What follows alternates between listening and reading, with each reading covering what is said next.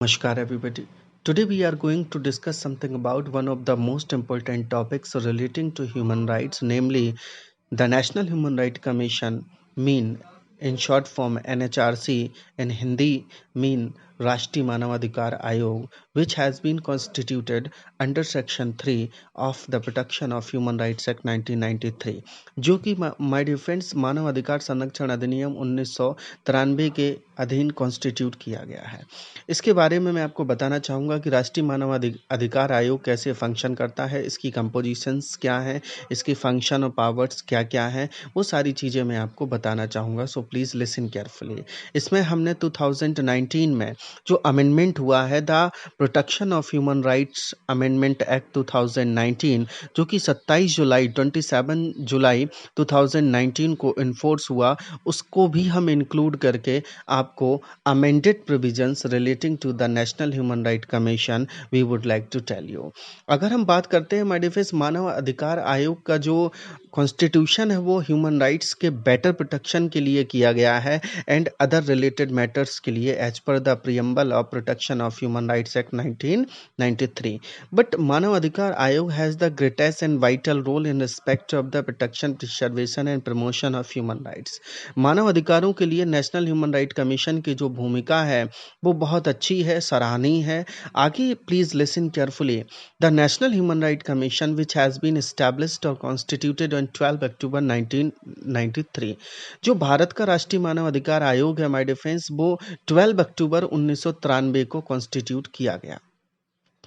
It's a statutory and public autonomous body. ये जो है एक स्टैट्यूटरी, संविधिक और पब्लिक स्वशासीय निकाय है, मीन पब्लिक ऑटोनॉमस बॉडी है and functions in the protection, promotion, preservation and other related things of human rights. The commission also, in the conformity with the principles of Paris October 1991, in according to the endorsement and resolution 48/134 dated 20 December 1993 of General Assembly of United Nations. The NHRC mean National Human Rights Commission of India has the status of A accreditation, which has been provided by the Global Alliance of National Human Rights Institution, GANHRI, Geneva, Switzerland, for the period of 4 consecutive term of 5 years in accordance with the United Nations as mandated in the principles of Paris. In the annual meeting of Global Alliance of National Human Rights Institutions as conducted from 21 February 2018 to 23 February 2018, the National Human Rights Commission of India got the above said in 1999 in the first time. NHRC of India is playing the most important and crucial role to protect and preserve the human rights with the betterments in democratic India, but the same is not free from the exceptions or criticism in according to the time, circumstances, necessities, requirements and other connected things in the interest and welfare of all people. So my defense, राष्ट्रीय मानव अधिकार आयोग को जो global alliance national human right institution है उसके द्वारा इसे A grade का एक्रीडिएशन दिया गया है, जो 21 फरवरी 2018 से 23 फरवरी 2018 तक चला। और माय डिफेंस, आगे हम नेशनल ह्यूमन राइट कमीशन की अगर कंपोजिशन की बात करें कि मानव अधिकार आयोग में कौन कौन से सदस्य होते हैं और क्या अध्यक्ष होता है, इसकी क्या रिक्वायरमेंट्स हैं, वो मैं आपको बताना चाहूँगा। Means the composition of national human right commission. A body as National Human Rights Commission shall be constituted by Central Government of India for exercising the furnished power and performing the assigned functions under this Act. Act means the Protection of Human Rights Act to the Commission as mentioned. जो national human right commission है वो central government mean Bharat में केंद्रीय सरकार के द्वारा established किया जाएगा।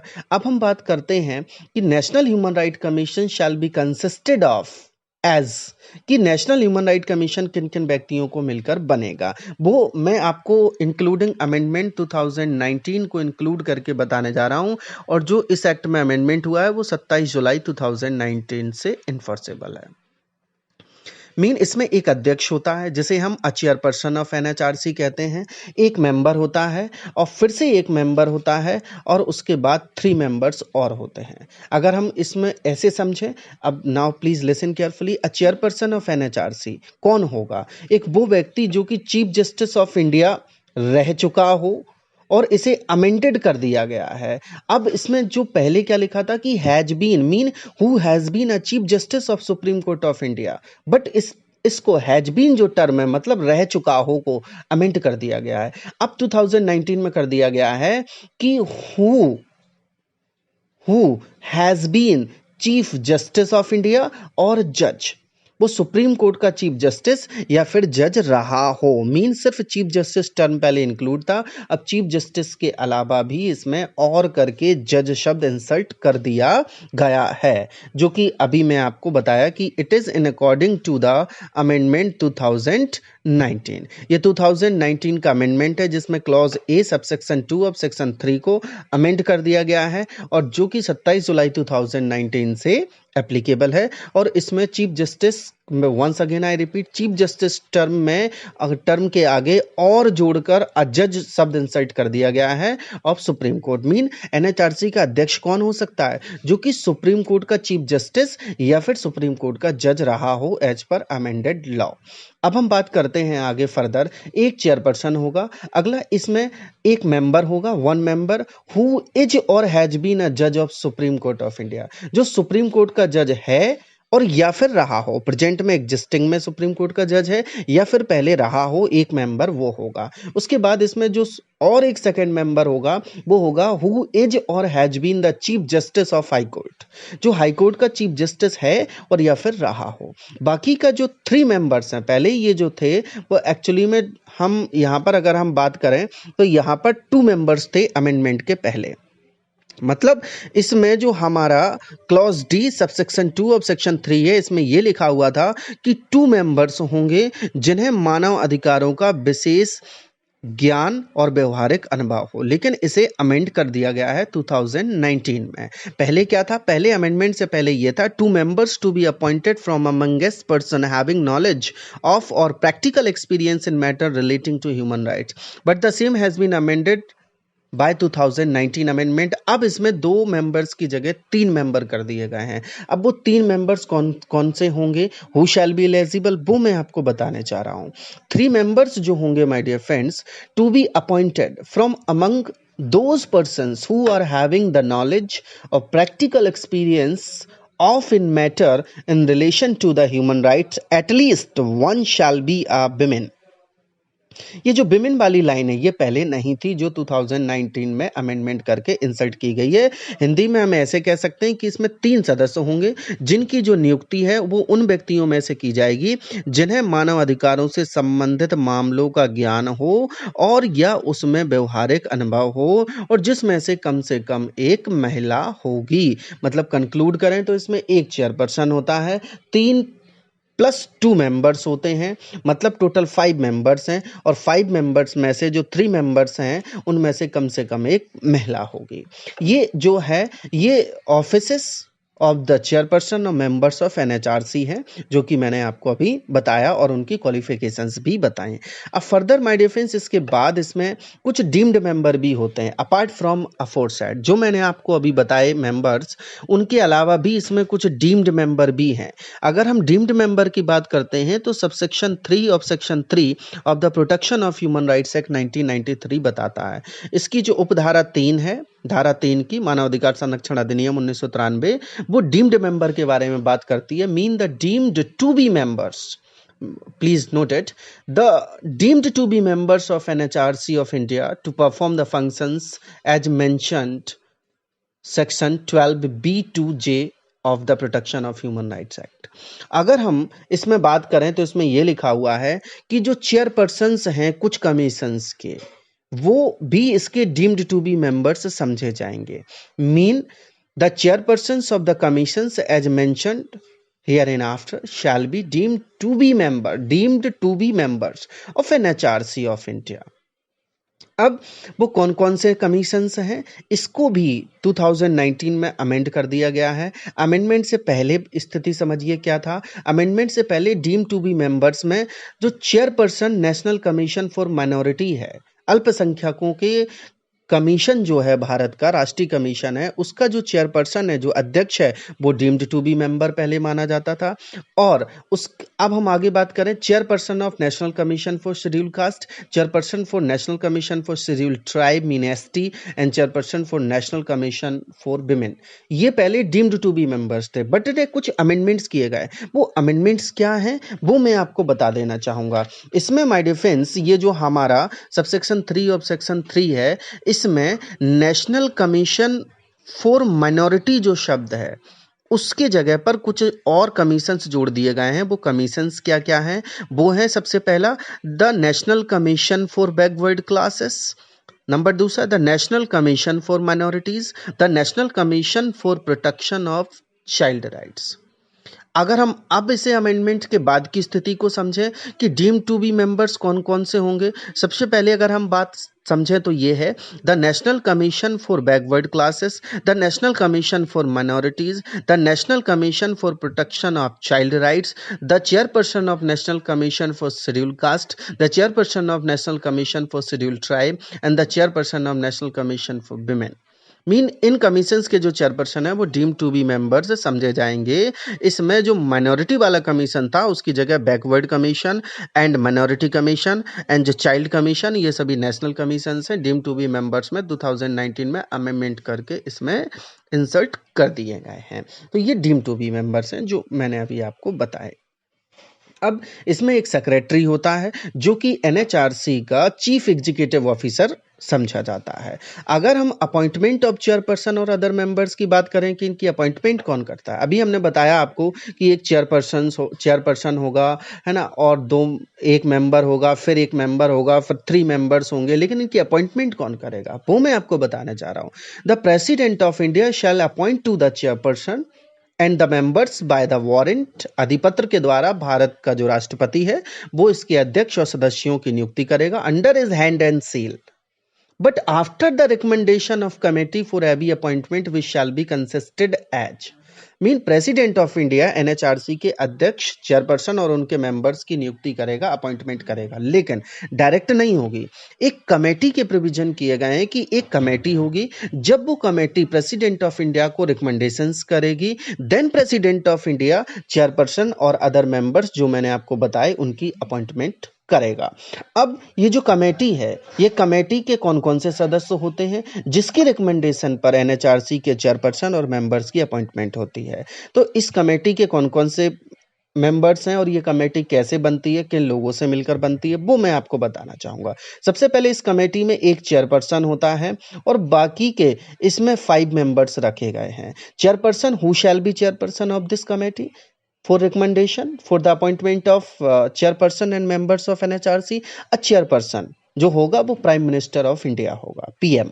नंबर दूसरा, एक मेंबर होगा जो speaker of house of the people होगा। House of the people mean Lok Sabha का जो अध्यक्ष है वो एक सदस्य होगा इसमें। अगला नंबर, दूसरे नंबर का जो मेंबर होगा वो होगा minister in charge of ministry of home affairs of government of India. Bharat का जो गृह मंत्रालय है उसका जो मिनिस्टर इन चार्ज है वो इसका एक मेंबर होगा। एक मेंबर और होगा further, a leader of opposition of house of the people, जो लोकसभा में विपक्ष का नेता है वो एक मेंबर होगा। आगे एक member further, a leader of opposition of the council of state, जो राज्यसभा में अपोजिशन का लीडर है वो भी इसका एक सदस्य होगा। A member last, deputy chairperson of council of states, जो राज्यसभा है उसका जो डिप्टी चेयरपर्सन है वो भी इसका मेंबर होगा। टोटल इस कमेटी में एक चेयरपर्सन है जो कि प्राइम मिनिस्टर ऑफ इंडिया होगा और बाकी के इसमें 5 मेंबर्स को इंक्लूड किया गया है जो कि मैंने अभी आपको बताया। जब ये कमेटी रिकमेंडेशन करेगी तभी अपने आप में किसी भी पर्सन को जो एलिजिबल है, क्वालिफिकेशन रखता है, जो मैंने आपको बताया, as chairperson and member of NHRC, president of India under warrant and his hand, और अपने हाथ से और सील से उसको अधिपत्र के अधीन नियुक्त कर सकता है। अब आगे इसमें एक क्लॉज और जुड़ा, वो क्या है कि with regard to this The sitting judge of Supreme Court of India or the High Court shall be appointed also after the consultation of Chief Justice of India. अगर सिटिंग जज मतलब हमने ऊपर पढ़ा था अभी एनएचआरसी के कंपोजिशन में कि इसमें वन मेंबर होगा जो इज और हैज बीन सुप्रीम कोर्ट का जज रहा हो या है, या वन मेंबर इज और हैज बीन जो chief justice of high court. तो इसमें एक शब्द यूज किया जा रहा है इज का मतलब सिटिंग। प्रेजेंट में अगर वो जज वर्किंग है तो उसकी अपॉइंटमेंट जो है उसके रिगार्डिंग हम आपको बताने जा रहे हैं। मीन द सिटिंग जज ऑफ सुप्रीम कोर्ट और the high court shall be appointed after the consultation of chief justice of India. अगर आप सुप्रीम कोर्ट के सिटिंग जज को या हाई कोर्ट के सिटिंग जज को एनएचआरसी में अपॉइंट करना चाहते हैं तो उसके लिए चीफ जस्टिस का कंसल्टेशन रिक्वायर्ड होगा। अब हम आगे बात करते हैं हमारे फ्रेंड्स। अभी हमने अपॉइंटमेंट की बात की, अब further we are going to discuss something about term of office. इन सदस्यों का कार्यकाल क्या होगा, एनएचआरसी के अध्यक्ष चेयरपर्सन का कार्यकाल क्या होगा, कितने समय तक अपने पद पर रह सकता है, क्या वो रेजिग्नेशन दे सकते हैं त्यागपत्र, क्या उन्हें उनके पद से हटाया जा सकता है, तो उसकी प्रोसीजर क्या है, वो सारी चीजें मैं आपको बताना चाहूंगा। सबसे पहले मैं आपको टर्म ऑफ ऑफिस क्लैरिफाई कर देता हूं जो कि अभी प्रेजेंट में 2019 में अमेंड कर दिया गया है। पहले एक्चुअली में अगर हम बात करें इनके कार्यकाल की, अगर हम बात करते हैं कि इनका कार्यकाल पहले कितना होता था, वो भी मैं आपको बताना चाहूंगा। I would like to tell you. पहले एक्चुअली में इसमें 5 साल कार्यकाल था सेक्शन 6 के अनुसार, और या फिर 70 साल की आयु, इसमें से जो भी पहले हो। सेक्शन 6 में अमेंडमेंट के पहले की स्थिति में बता रहा हूँ, 5 साल और 70 साल इसमें से जो भी पहले हो वो टर्म ऑफ ऑफिस इंक्लूड किया गया था। Mean term of office of chairperson and members, a person appointed as chairperson shall hold office for term for 5 years from the date on which he enters upon his office or until he attains the age of 70 years, whichever is earlier. Please be noted, whichever is earlier, 5 साल या 70 साल जो भी पहले हो। ये थी amendment के पहले। बट 2019 में अमेंडमेंट करके 27 जुलाई 2019 को ये अमेंडमेंट है, ये इन्फोर्स हुआ। उसमें ये 5 साल की जगह 3 इयर्स कर दिया गया, 70 साल की जगह 70 साल ही है। और उसमें ये पहले अमेंडमेंट से पहले इसमें एक्चुअली में एक बात लिखी हुई थी जो कि मैं आपको बता देना चाहूँगा, क्लैरिफाई कर देना चाहूँगा। अब इसमें पहले था कि a person appointed as a member shall hold office for a term 5 years from the date on which he enters upon his office and shall be eligible for reappointment for another term of 5 years, provided no member shall hold office after he has attained the age of 70 years। और अगर पद पर नहीं रहने पर अध्यक्ष या सदस्य भारत सरकार या राज्य सरकार के अधीन किसी भी आगे नियुक्ति के लिए अपात्र होगा, shall not be eligible mean shall be ineligible। ये सबसेक्शन 3 ऑफ सेक्शन 6 में मेंशन किया गया था। अभी अगर हम देखें, the chairperson of members as appointed shall hold office for 3 years or up to 70 years and shall be eligible for reappointment।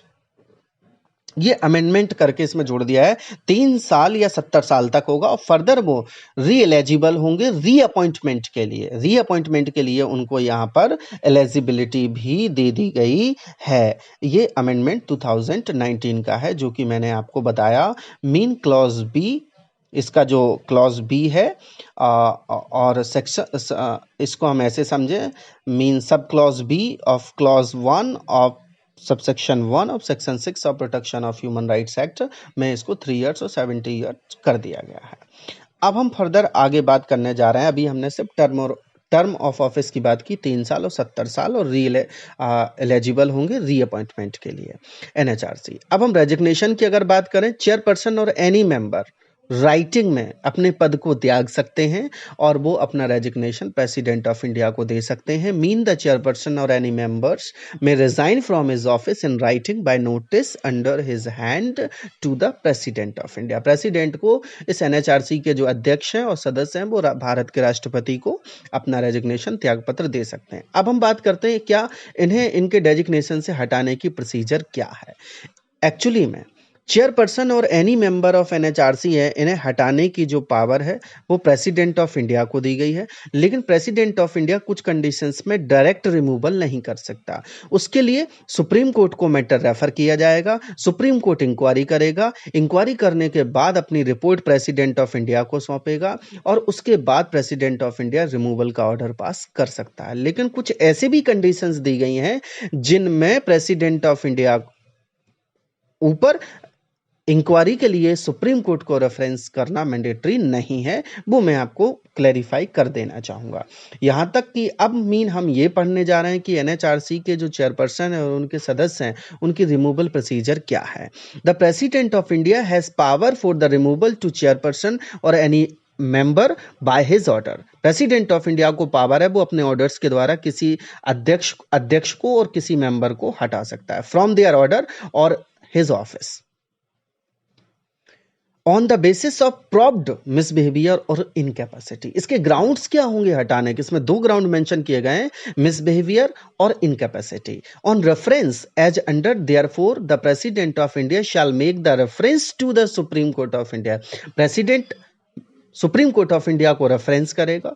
The court shall hold the inquiry in according to prescribed process in this behalf. इस निमित्त जो प्रक्रिया विहित की गई है, supreme court उस प्रक्रिया का अनुसरण करके इंक्वायरी करेगा and furnish the report that the chairperson और any member as the case में भी, अगर रिमूवल प्रोसीजर चेयरपर्सन के अगेंस्ट में या किसी मेंबर के अगेंस्ट में यथास्थिति जो भी हो, ought on any such basis to be removed. अगर सुप्रीम कोर्ट को जो मैटर रेफर किया है प्रेसिडेंट ऑफ इंडिया ने, अगर सुप्रीम कोर्ट अपनी रिपोर्ट में लिखता है कि उसे इस बेसिस पर हटा दिया जाना चाहिए, then subjecting to subsection 3 of section 5 of the protection of human rights act, उसके अकॉर्डिंग फिर उन्हें प्रेसिडेंट ऑफ इंडिया ऑर्डर करके हटा सकता है। बट अगर हम फर्दर बात करते हैं my dear friends, in despite of as aforesaid, जो मैंने ऊपर बताया, इसके अलावा the president of India by order में remove from the office in following conditions is adjudged an insolvent और involve in the paid employment except the duties of his office or unfit for the continuance in office due to infirmity of mind or body or unsoundness of mind, or convicted or sentenced for imprisonment with involvement of the moral turpitude in the opinion of president. अगर president of India की opinion में है तो president of India उन्हें हटा सकता है और उसे सुप्रीम कोर्ट को मैटर रेफर करने की आवश्यकता नहीं होगी। अगर हम माय डिफेंस आगे फर्दर बात करते हैं, जो कि मैंने अभी आपको बताया in respect of the NHRC, अब further we are going to discuss something about NHRC की हम बात करेंगे। बट मैं इसे आपको एक बार हिंदी में क्लैरिफाई करना चाहूंगा कि जो सेक्शन 5 है वो अध्यक्ष और सदस्यों के त्यागपत्र और हटाने की प्रक्रिया बताया। मैंने आपको बताया कि अध्यक्ष और सदस्य जो हैं वो राष्ट्रपति को संबोधित कर लिखित में हस्ताक्षर कर अपना त्यागपत्र कर सकते हैं। लेकिन सबसेक्शन 2 ऑफ सेक्शन 5 ये बताता है कि मिसबिहेवियर, अगर हम मिसबिहेवियर की बात करें, इनकैपेसिटी की बात करें, इन दो ग्राउंड्स पर जो एनएचआरसी के अध्यक्ष और सदस्य हैं उनको हटाया जा सकता है। लेकिन भारत का जो राष्ट्रपति उस मैटर को उच्चतम न्यायालय में सुप्रीम कोर्ट को रेफर करेगा। सुप्रीम कोर्ट विहित प्रक्रिया का अनुसरण करके उसमें अपनी रिपोर्ट देगा और रिपोर्ट देने के बाद प्रेसिडेंट ऑफ इंडिया अपने आदेश से एनएचआरसी के अध्यक्ष या उसके सदस्य को उसके पद से हटा सकता है। लेकिन इसमें लिखा है not with standing anything subsection 2, कि सबसेक्शन 2 में किसी बात के होते हुए भी the president may by order remove from office the chairperson और any member if the chairperson और such member as the case में भी, जो भी स्थिति है, अगर उसे दिवालिया निर्णय मीन इसमें लिखा इज एडजस्ट एंड इंसॉल्वेंट, दिवालिया न्याय निर्णीत कर दिया गया है, और engages during his term of office in any paid employment outside the duties of his office, या अपने कार्यकाल की पदावधि में कार्यालय कर्तव्यों के बाहर वैतनिक रोजगार में लगता है, और या फिर is unfit to continue in office by reason of infirmity of mind or body, मस्तिष्क या शरीर की दुर्बलता के कारण पद पर बने रहने के लिए अयोग्य हो गए हैं, या as of unsound mind and stands so declared by competent court, विकृत चित्त का है एवं सक्षम न्यायालय द्वारा इस प्रकार घोषित कर दिया गया है, या is convicted or sentenced to imprisonment for an offense which in the opinion of the president involves moral turpitude। किसी अपराध के लिए जो राष्ट्रपति की राय में नैतिक पतन वाला है, सिद्ध दोष हो गया है और उसे कारागार की सजा दे दी गई, तो इन कंडीशन में भी प्रेसिडेंट अपने आदेश के द्वारा उनको हटा सकता है। अब माय डिफेंस फर्दर हम अगर एनएचआरसी की बात करते हैं तो एनएचआरसी को सिविल कोर्ट की जो पावर्स हैं वो सिविल कोर्ट्स की पावर दी गई हैं और एक्चुअली में एनएस अगर किसी व्यक्ति के कोई भी ह्यूमन राइट का वायलेशन होता है तो वो विद इन 1 ईयर में एनएचआरसी में कंप्लेन कर सकता है। विद इन 1 ईयर, 1 साल कब से जोड़ा जाएगा? जिस डेट से उसका ह्यूमन राइट वायलेट हुआ है। और नेशनल ह्यूमन राइट कमीशन अपनी रिकमेंडेशंस देता है गवर्नमेंट को और गवर्नमेंट उन रिकमेंडेशंस की कंप्लायंस को भी इंश्योर करता है सब्जेक्ट टू एक्सेप्शंस। तो 1 साल की लिमिट है। अगर आपके या किसी भी व्यक्ति के ह्यूमन राइट का इंडिया में वायलेशन होता है तो आप एनएचआरसी में कंप्लेंट फाइल कर सकते हैं। उसकी लिमिटेशन 1 साल है और जो एनएचआरसी है उसे सिविल कोर्ट की पावर दी गई है। सिविल कोर्ट की पावर जो सीपीसी में दी गई है वही पावर जो है वो एनएचआरसी को दी गई है। मीन हम ऐसे कह सकते हैं the NHRC are having the status of civil court and have all the powers of civil court as mentioned under CPC, mean the Code of Civil Procedure 1908 for inquiry into the complaints under the Protection of Human Rights Act 1993. The commissions generally are considered for recommendatory bodies subject to exceptions, and in this regard, any matter of fact which constitutes the violation of human rights or alleged to have been committed must be produced or filed before the commission up to 1 year from the date of commission of violation of such act or matter। जिस date से human right का violation हुआ 1 साल में आप complaint file कर सकते हैं। अब फर्दर एनएचआरसी के फंक्शंस क्या हैं, एनएचआरसी एक्चुअली में क्या क्या फंक्शन करता है, उसके काम क्या हैं और प्लस अदर रिलेटेड थिंग्स क्या हैं एनएचआरसी की, क्या एनएचआरसी को supervisory power state human right commissions पर अवेलेबल है, इसके बारे में माय डिफेंस में आपको नेक्स्ट वीडियो में बताना चाहूँगा। So please if you like this video so please share, comment and subscribe this video. Thank you so much.